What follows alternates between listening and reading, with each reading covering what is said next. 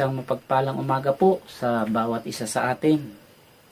At gayon na rin po, muli binabati ko po ang main church sa Pasig ng belated happy 25th anniversary.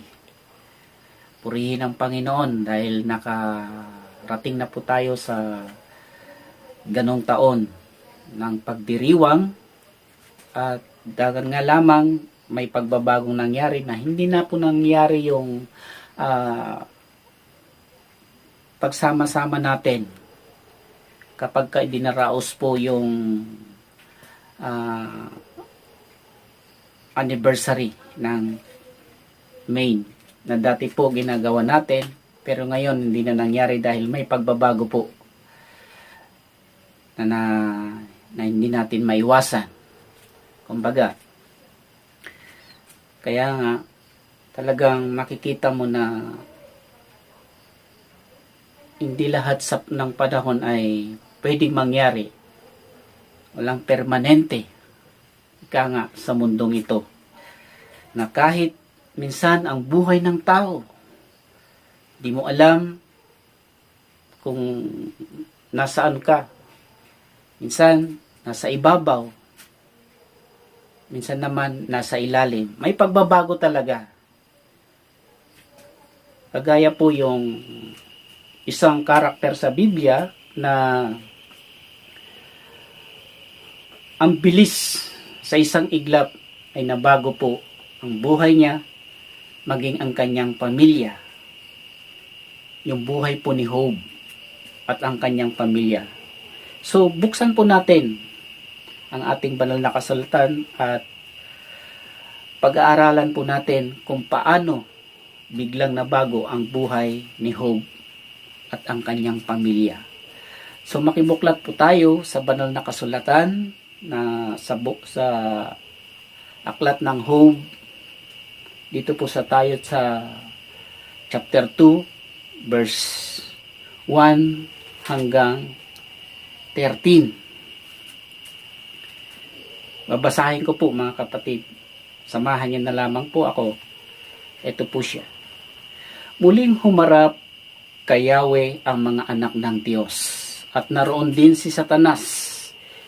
Tinanong ni Yahweh si Satanas, ang tagapagparatang, saan ka nang galing? Sumagot si Satanas, nagpabalik-balik at naglilibot ako sa buong daigdig. Napansin mo ba ang lingkod kong si Job? Tanong ni Yahweh. Wala siyang katulad sa daigdig. Mabuti siyang tao. Sumasamba sa akin at umiiwas sa masamang gawain. Hinimok mo akong pinsalain siya kahit walang sapat na dahilan. Subalit nanatili pa rin siyang tapat sa akin. Sabi pa ni Yahweh. Sumagot si Satanas, kahit anong bagay ay ibibigay ng tao, wag lamang siyang mamatay. Subukin ninyong saktan ng kanyang katawan at sigurado kong susumpain niya kayo ng harap-harapan. Sinabi ni Yahweh, kung gayon, gawin mo ang gusto mong gawin sa kanya, wag mo lamang siyang papatayin. Kaya umalis si Satanas sa harapan ni Yahweh at tinadtad ng nagnanaknak na sugat ang buo nitong katawan, mula ulo hanggang talampakan. Naupo si Job sa tabi ng basurahan at kinamot niya ng isang pirasong basag na palayok ang kanyang mga sugat. Sinabi ng kanyang asawa, mananatili ka ba bang matuwid? Sumpain mo ang Diyos at nang mamatay ka na. Ang sagot ni Job, hindi mo naintindihan ang iyong sinasabi. Pagpapala lang ba ang tatanggapin mo sa Diyos? Hindi ba natin tatanggapin kung bibigyan niya tayo ng pagdurusa? Sa kabila ng kanyang paghihirap, hindi nagsalita si Job laban sa Diyos. So, manalangin po muna tayo mga kapatid. Panginoon, maraming salamat po sa umagang ito. Salamat sa iyong presensya na alam ko pong nandyan, na kasama namin na handang patuloy na gumabay, magbigay ng karunungan at kaalaman ang iyong Santong Espiritu na siyang patuloy na nagbubukas sa amin kaisipan, pangunawa upang malaya nga pong makapasok sa kaibuturan ng aming puso ang iyong salita. Pagpalain mo ang umagang ito, ang araw na ito, na mapuno po kami ng iyong banal na kasulatan. Tulungan mo po kami sa pagkakataong ito na hindi kami aalis o di kaya sa pakikinig namin ay hindi mahungkagan ang aming espiritual kundi mapuno ng iyong salita. Muli salamat po ng marami sa oras na ito. Ikaw ang manguna sa amin. Ikaw nga po ang magpakahayag sa amin sa umagang ito. Maghari ka sa aming buhay sa ngalan ng iyong anak ni si Jesus. Amen. So mga kapatid, hindi lingid po sa atin ang nangyari po sa buhay ni Job at ang kanyang pamilya. Sa isang iglap ay nawala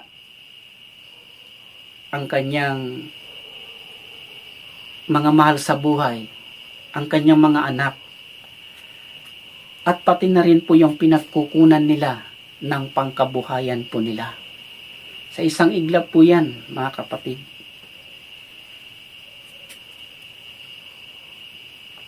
Kaya sa kanilang mag-asawa, napakahirap tanggapin po yun. Lalong-lalo na po yung asawa ni Job.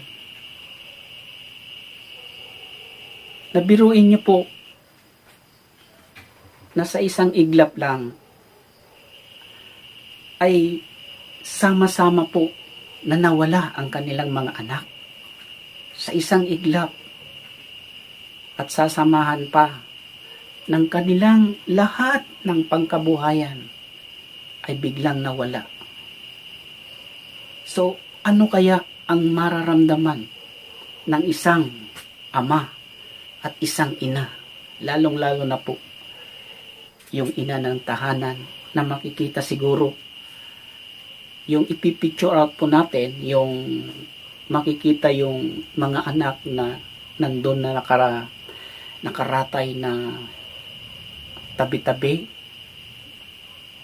Di ka ba maghihinagpis sa bagay na yon, lalong-lalo na pa ang isang ina ng tahanan. So, dito po sa verse 9 and 10, dito po tayo magpo-focus yung sinabi po dito na ng asawa ni Job na mananatili ka bang matuwid? Sumpain mo ang Diyos nang mamatay ka na. Yun po. Siguro yung bigat na nararamdaman niya po nung araw na yun ay talagang nasabi na niya yung bagay na yun. So, unang-una po na nakikita ko dito sa buhay po ng asawa ni Job ay yung broken ang kanyang puso. Talagang basag ang kanyang nararamdaman sa naranasan po nilang ito. Ako'y naniniwala po mga kapatid na minsan ang pagbabago ng sitwasyon, kung ating titingnan, ay pwedeng ang sitwasyon na pagbabago ay pwedeng makabuo at pwede ring makasira ng isang tao. Kung sa panahon ni Job at ng kanyang asawa ay may pinagdaanan sila na mabigat na problema na nakapagpabago ng pagkatao po, di lang po ni si Job kundi maging ang kanyang asawa. Napakasakit tanggapin po yun. Kasi kung tayo nandun sa sitwasyon na yun, palagay ko, masasabi rin kaya natin na gano'n? Pwede mangyari. Na masasabi rin natin na ano ba itong naranasan namin ito? Ano ba itong ibinigay sa atin ng Diyos na ito? Na halos lahat ng kanilang mga anak, lahat ng kanilang mga anak ay namatay. Susundan pa ng lahat ng kanilang pinagkakakitaan o kaya pangkabuhayan ay nawala. Siguro, kung ikaw makaranas ng ganito, talagang durog na durog ang puso mo. Kaya't ang asawa ni Job ay talagang wasak, broken ang kanyang pagkatao. Maging ang kanyang pananampalataya sa ating Panginoon ay nasira. Kaya sabi ko kanina, ang pagbabago ay pwedeng makasira o makabuo. Pero sa asawa ni Job, nakasira po. Ito sa kanya ang nangyari itong pagbabago.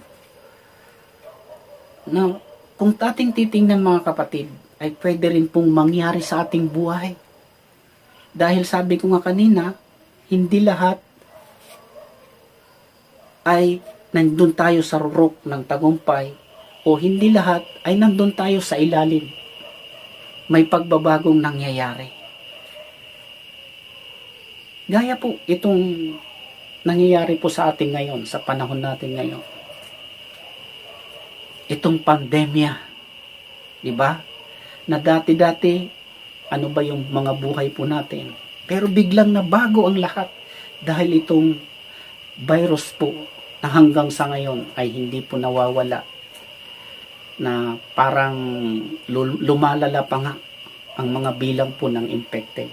Kaya alam mo, ang dati ang ating Pilipinas, di ba, tinatawag na it's more fun in the Philippines. Pero ngayon,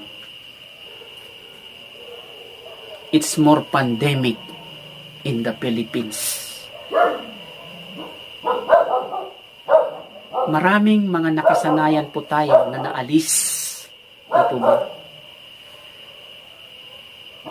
Maraming mga tao ang nabago ang takbo ng buhay dahil po sa epidemyang ito. Yung mga nakasanayan po natin dati, wala na. Nandito na po tayo sa new normal. Gayon po sa nangyari din po sa buhay ng pamilya ni Job, kung ating titingnan mga kapatid, ano po ba ang nakasanayan din po ng kanilang mga anak nung time na yon, nung panahon yon? 'Di ba? Kung ating babasahin po sa Job 1:4, yung nakasanayan po nila, basahin po natin. Nakaugalian na ng kanyang mga anak na lalaki na hali-haliling nagdadaos ng handaan sa kanilang bahay at inaanyayahan nila ang mga kapatid nilang babae. Tuwing matatapos ang ganong handaan, ipinatatawag ni Job ang kanyang mga anak para sa isang ritual. Diba? Kung tating titingnan sa verse 4, nakaugalian na ng kanyang mga anak na lalaki ni hali-haliling magdaos ng handaan sa kanilang bahay at inaanyayahan pa ang kanilang mga kapatid na babae. So, yun po yung nakasanayan na po ng buhay nila. Kasi, kung titingnan po natin, wala na pong ginawa ang kanilang mga anak kundi mag-celebrate. Dahil, siguro kung titingnan po natin sa buhay po siguro nilang pamilya ay nakikita kong nandun sila sa matagumpay na buhay. Kaya, yun na yung nakaugalian nila. Pero sa isang iglap ay biglang mawala. 'Di ba? Sa isang iglap ay nawala ito sa buhay ng mag-asawa, ang kanilang mga anak, maging ang kanilang mga ari-arian.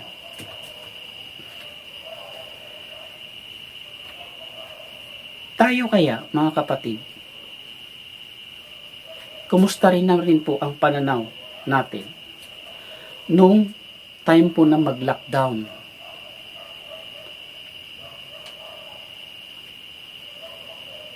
Ano po ang naging pananaw natin nung biglang nabago ang lahat? Yung kinagawian po natin ay biglang nawala. 'Di ba? Ang dami nga pong parang naiinis, daming mga nagagalit. Yung mga dati na ginagawa natin ay hindi na po pwedeng mangyari. Yung tipong dati, lalo na po yung mga mahilig lumabas nung nag-lockdown, di na po nila nagagawa. Nandun na lang po sila sa loob ng bahay. Yung dati, ang hanap nila ay mga katrabaho, kabarkada, yung mga nagsipag-aral, ang hanap nila, mga kamag-aral nila. Nung nag-lockdown, nandun na lang sila sa loob ng bahay. Yung mga dati, yung mga mahilig grupo-grupo na nagsusumba. Diba? Makikita mo minsan sa mga ibang lugar na may mga nagsusumba na sama-sama. Pero nung nag-lockdown, andun nagsosolo na lang siya sa loob ng tahanan. Yung dati, makakapunta ka kahit saan. Pero nung nag-lockdown, halos kabisado mo na ang loob ng iyong tahanan. 'Di ba? Ang daming mga pagbabago, ang daming adjustment. Nasa hanggang ngayon, mga kapatid, ay patuloy pa rin yung sitwasyon na yan. Tanong ko, boring ka na? O baka broken ka na? Nawa hindi tayo magaya sa asawa ni Hope na dumating dahil sa pagbabago na nangyari sa kanila,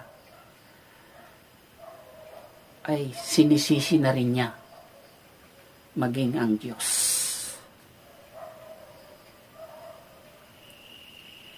Maraming mga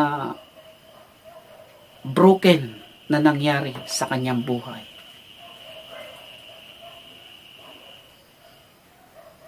Yung pananampalataya niya nasira. Yung relasyon nila, palagay ko, isa rin yun sa nasira. Paninindigan niya sa buhay, isa rin yun sa nasira. So, mga kapatid, di man mangyari sa buhay natin, sa sitwasyon natin, di man mangyari na sinisisi natin ang Diyos. Pero baka mayroon tayong mga hakbang na. Di man natin hayagang masabi na kagaya yung sinabi ng kanyang asawa, ay pwede rin tayong mainis o magsalita ng hindi na maganda. Bakit kasi nangyari ang lahat ng ito? Itong virus na ito, pahamak ito eh. Di ba? Itong epidemyang ito, di ko na tuloy nagagawa yung mga dati kong ginagawa. Ano pa kaya kung ang gobyerno natin ay hindi pa tayo mapansin? Di po ba? Yung ibinibigay ng mga tulong paano kung hindi pa tayo nakatanggap ng ganon? Di, baka isa na tayo sa magsasabing, I hate this country. Mahirap po yan. Baka kung buhay si Job, sasabihin niya sa'yo, you are talking like a Polish woman. Di ba? Hindi mo alam ang iyong sinasabi. Kaya nga mga kapatid, bagamat ang takbo ng mundong ito, walang nakakaalam, tayo ang Panginoon lang.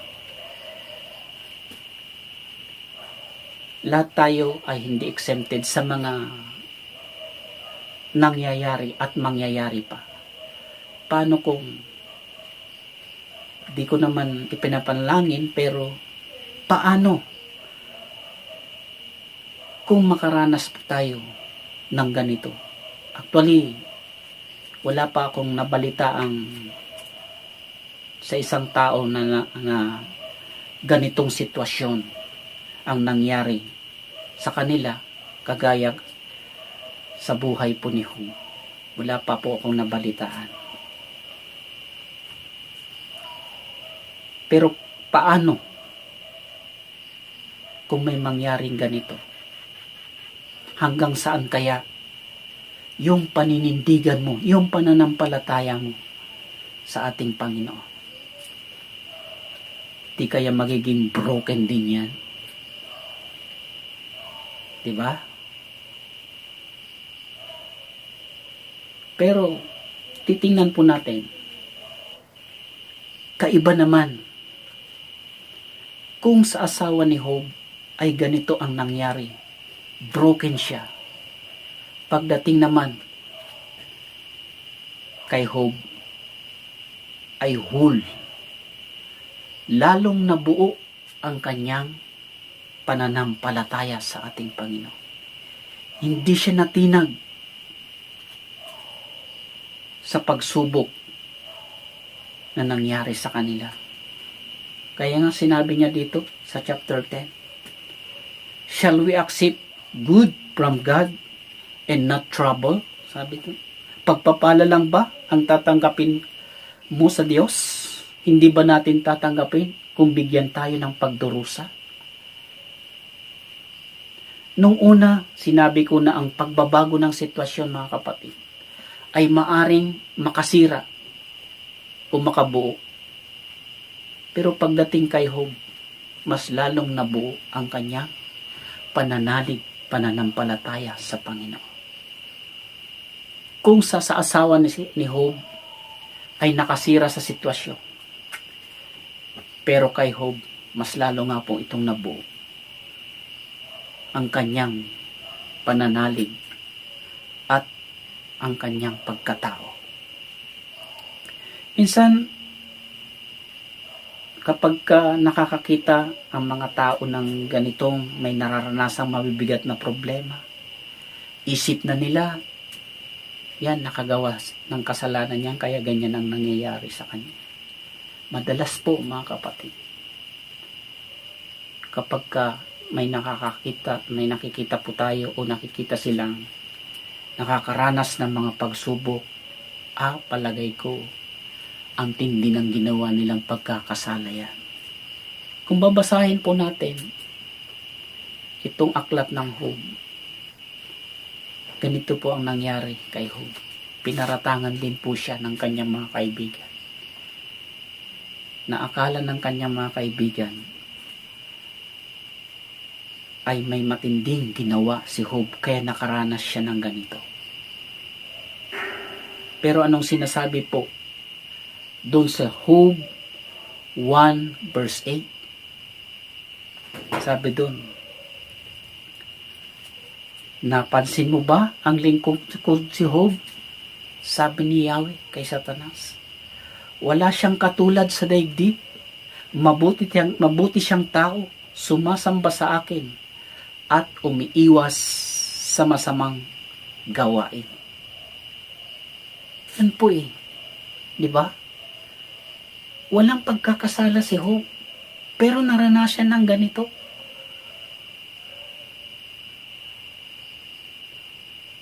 Minsan ang tao, ang daling manghusga kapag nakikita niyang may nangyaring hindi maganda sa isang tao.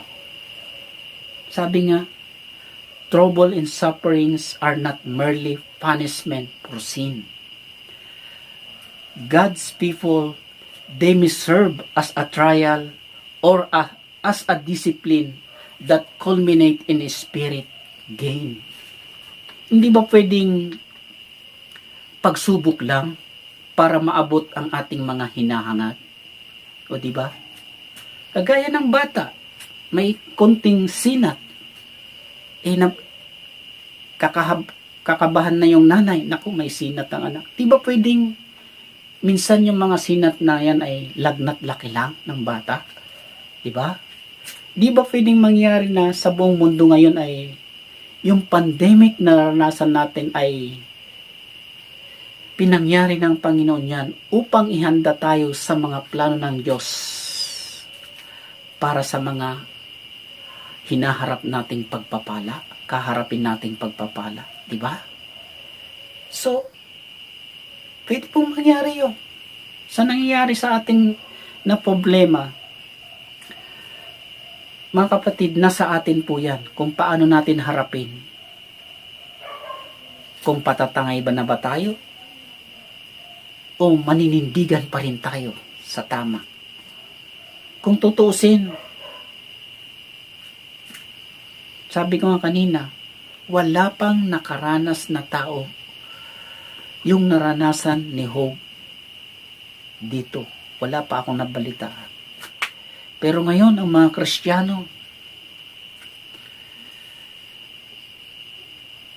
kapag nalalagay sa alanganin na ang kanilang pananampalataya, dahil minsan, kapag ka nakakaranas ng problema, maliit pa nga lang na problema, yun nga, naisasangkalan na ang pananampalataya.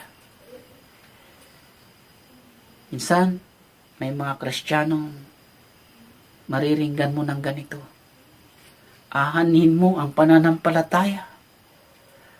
Kung mamamatay ka naman, nadilat ang iyong mga mata. Diba? Mayroon pa, maririnig kang ganito. Aanhin mo naman. Pagka ito na, kumakalam na ang sikmura. Ito pa minsan ang isang masakit, masasabi kong pamatay na katuwiran. Di lang po ng mga tao. Minsan may mga Kristiyanong ganito. Lalo na pagka naaalagay na sa alanganin, kumakagat na sa patalim. Nang sabi, minsan lang naman. Diba? So gaano na kaya kadalas yung minsan? Alam nyo, yung minsan na yan, dyan mag-uumpisa para yung madalas, yung pagiging madalas ay mapupunta na sa pagkamatigas. Meron akong napakinggan na kwento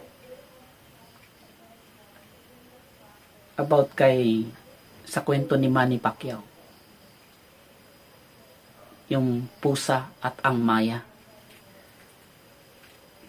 Napakinggan ko po ito kaya gusto kong i-share sa bawat isa po sa atin. Ang pusa at ang maya. Alam naman na po natin mga kapatid kung ano ang paboritong huliin ng pusa. Iba may nakikita tayo sa lansangan na talagang gustong-gusto nilang makahuli ng mga ibon. Lalong-lalo na po ang mga maya. Kasi masarap din po na pagkain nila yan.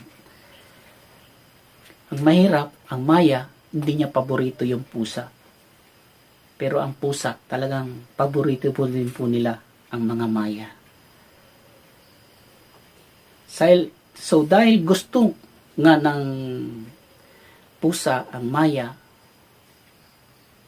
ay pinag-aralan niya kung paano nga po makahuli siya ng mga ibong Maya. Nakita niya, itong pusang ito, nakita niya na ang paborito rin pala na pagkain ng mga Mayang ito ay yung mga uod. Kaya nag-isip siya kung paano nga siya makahuli. Ang ginawa niya, nanguha siya ng maraming uod. Kinaumagahan, dinala niya doon sa mga Maya. Pero itong Mayang ito, nung makita yung mga uod na yun, ayaw niyang bumaba para tukain yung mga nandun na madaming uod. Kaya nagtaka yung pusa. Sabi niya, bakit hindi mo kinakain? Bakit di ka bumababa para tukain yung mga uod na yan? Ang sabi ng Maya, kapag bumaba ako para tukain yan, huhuliin mo ako para kainin. Sabi naman ng pusa, hindi kita huhuliin. Pero mayroon akong kondisyon. Sabi ng Maya, ano yung kondisyon na yan? Isang uod, nakakainin mo, isang balahibo lang ang kukunin ko dyan sa katawan mo.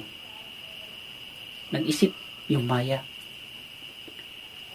Isa lang naman siguro ang mawawala sa akin. At nakita niya, masasarap talaga yung mga uod. Kaya napapayag siya. Ginawa niya, bumaba siya at kumuha siya ng isa. Tinuka niya yung isa. Ang ginawa naman ng pusa, kumuha siya ng isang balahibo ng Maya. Nung nakain po ng Maya yung uod, nasarapan siya. Parang nanabik siya sa ganong lasa.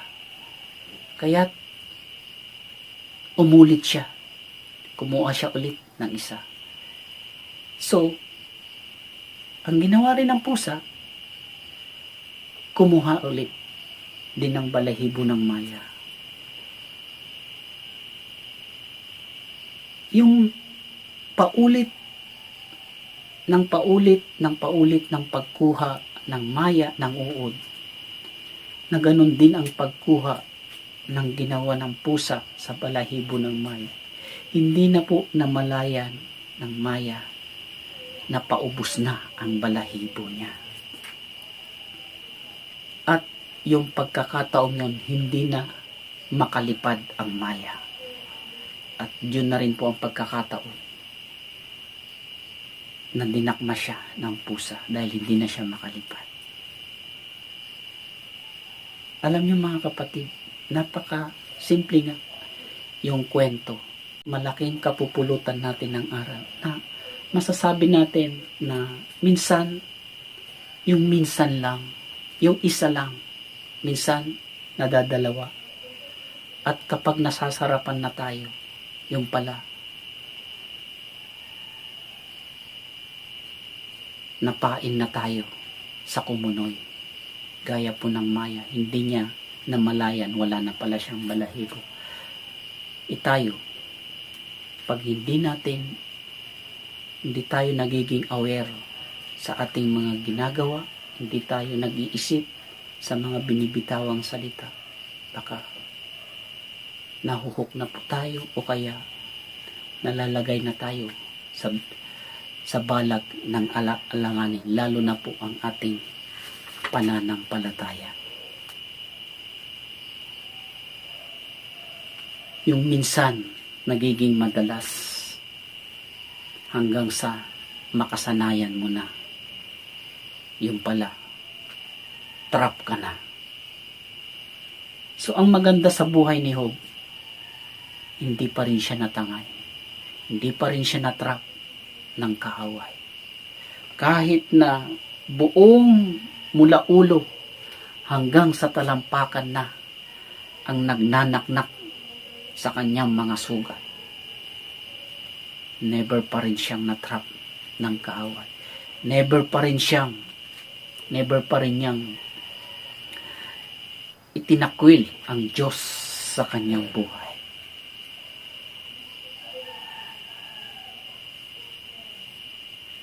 Biruin mo yung mula ulo hanggang talagpakan na magsusugat. Kung titingnan mo, tayo nga lang na magkasugat ng isang piraso, parang ang sakit na. Parang ramdam na ng buong katawan natin. Siya, buong katawan ang may sugat. Na tanging yung basag na banga ang pinangkukuskus.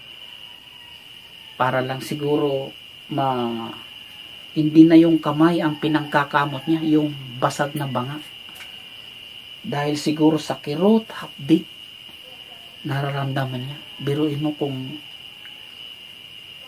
araw, linggo, o kaya buwan na naranasan niya yun. Diba? Ako nga, nung naranasan ko po, alam niyo po, nung nag-lockdown, naranasan ko pong hindi makalakad na mahigit 1 buwan sa sakit ng paa ko. Na halos talagang iyak ako.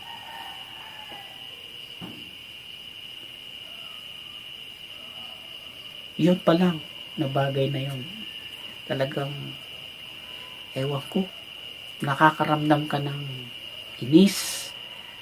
Pero, salamat sa Panginoon dahil pinangahawakan ko ang salita niya.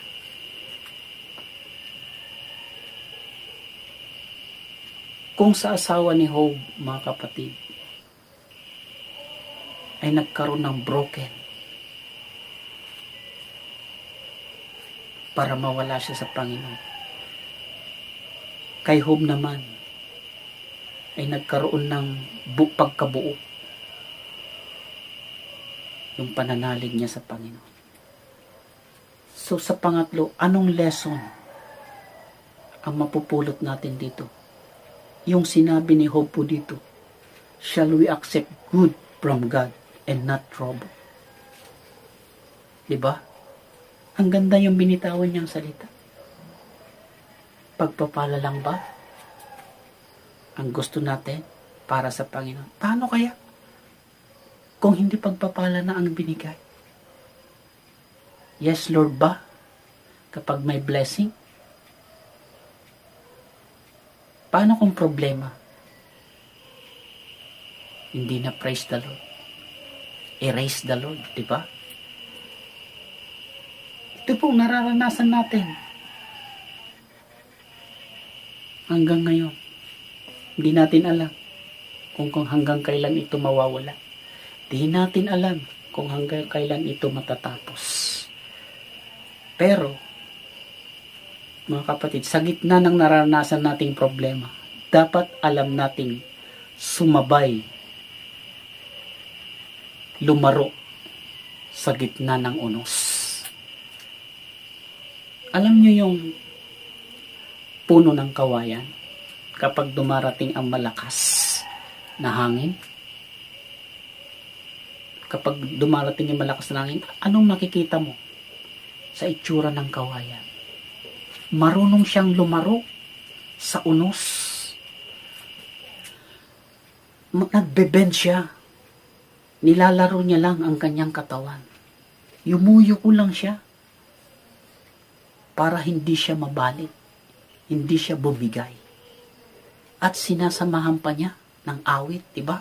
Pagka umiinda o gumagalaw siya ng pagganong sumasabay sa hangin, lumalagangit-ngit na parang umaawit din siya, nagpupuri siya sa Panginoon. Gayahin natin yung kawayan na kapag dumarating ang krisis o mabibigat na problema o kagaya nito, itong nangyayari sa atin, pwede tayong gumaya sa kawayan, sabayan lang natin. Magpatianod tayo sa galaw niya. Sabi nga, life must go on. Alam niyo, sabi nga, yung kawayan, pag sumasabay yan, yung lambot ng katawan niya, hindi talaga mababali. Hindi kagaya ng yung mga puno, pag matigas, nababali yan. Kung paano kung kagaya tayo ng puno, nagmamatigas, talagang mababali ka. Di ba? Pwede kang matumba. Ang puno pwedeng mabali, pwedeng mabunok. Ang tao, pag nagmamatigas, pwede siyang mabunot, pwede siyang matangay ng problema. Si Job, sa kabila ng mga naranasan niyang problema,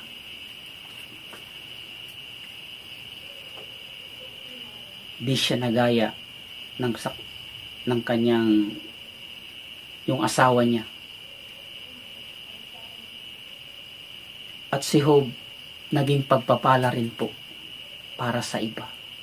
Kahit itong nararanasan po natin na pandemyang ito, pwede rin po tayo maging pagpapala para sa iba.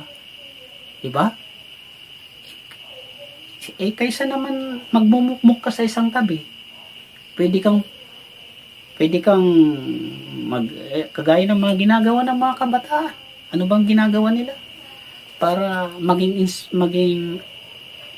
inspired ka sa iba. Diba? Nagtitiktok. Yung pasayaw-sayaw ng ganito. Kung may mga nakakapanood sa'yo ng ganyan, diba? Nagiging lakas din po nila. Itong tao ito, kahit na may ganitong nangyayari sa bansa natin, parang hindi mo makitaan ng problema. Hindi naging ikaw pa ang naging instrumento para lumakas sila.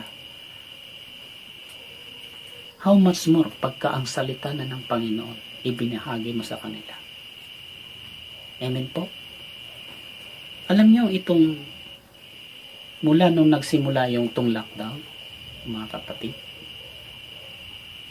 nung nagsimula po ang lockdown, halos ang mga tao, lalo na po ang mga Kristiyano, nanalangin, lumuhod, umiyak, na sana maalis na po itong pandemic na ito. Maalis na itong virus na ito. Hanggang sa ngayon, nilalapit natin sa Panginoon na mawala na itong virus na ito na sumisira ng buhay, nagpabago ng lahat sa atin. Hanggang sa ngayon, mga kapatid, dinudulog natin sa Panginoon na maalis na ito. Pero wag po natin kakalimutan din po ang mga aral. Itong mga aral na nakita natin sa pamamagitan ng pandemic po na ito. Marami pong aral na nakita tayo sa pangyayari nito. Tayo po'y manalangin. Hallelujah. Panginoon, pinupuri ka namin at dinadakila. Salamat sa iyong salita na pinagsalusaluhan namin sa umagang ito. Ang dalangin ko, Panginoon, na sa bawat nakapakinig ng mensaheng ito, ikaw ang magpaunawa sa kanila. Ikaw ang magselyo sa kanilang puso't kaisipan. Selyohan mo ito, Panginoon, para lalo pa ito magamit sa kanilang buhay. Na kung sa darating man ang mga sitwasyon na hindi namin inaasahan, ay pwede namin panghawakan ang iyong salita, ang buhay ni Job, na kahit sa kabila ng mabigat na problema ang naranasan na krisis na nangyari sa kanila, hindi natinag ang kanyang pananampalataya. Huwag nawa kaming magaya sa asawa ni Job na bumigay siya. Nasira ang kanyang pananalig. Nawa magaya po kami kay Hope na kahit ano man dumating na unos sa aming buhay ay lalo itong magpapabuo sa aming pananampalataya sa iyo, Panginoon. Salamat sa aral na napulot namin sa buhay po ni Hope at ng kanyang pamilya. Muli, sa umagang ito, lubos po kami nagpapasalamat sa pagsama mo muli sa amin sa umagang ito. Sa iyo namin ibinabalik ang papuri, parangal, pagdakila at pagluwalhati sa tanging ngalan ng iyong anak na si Jesus. Amen and amen.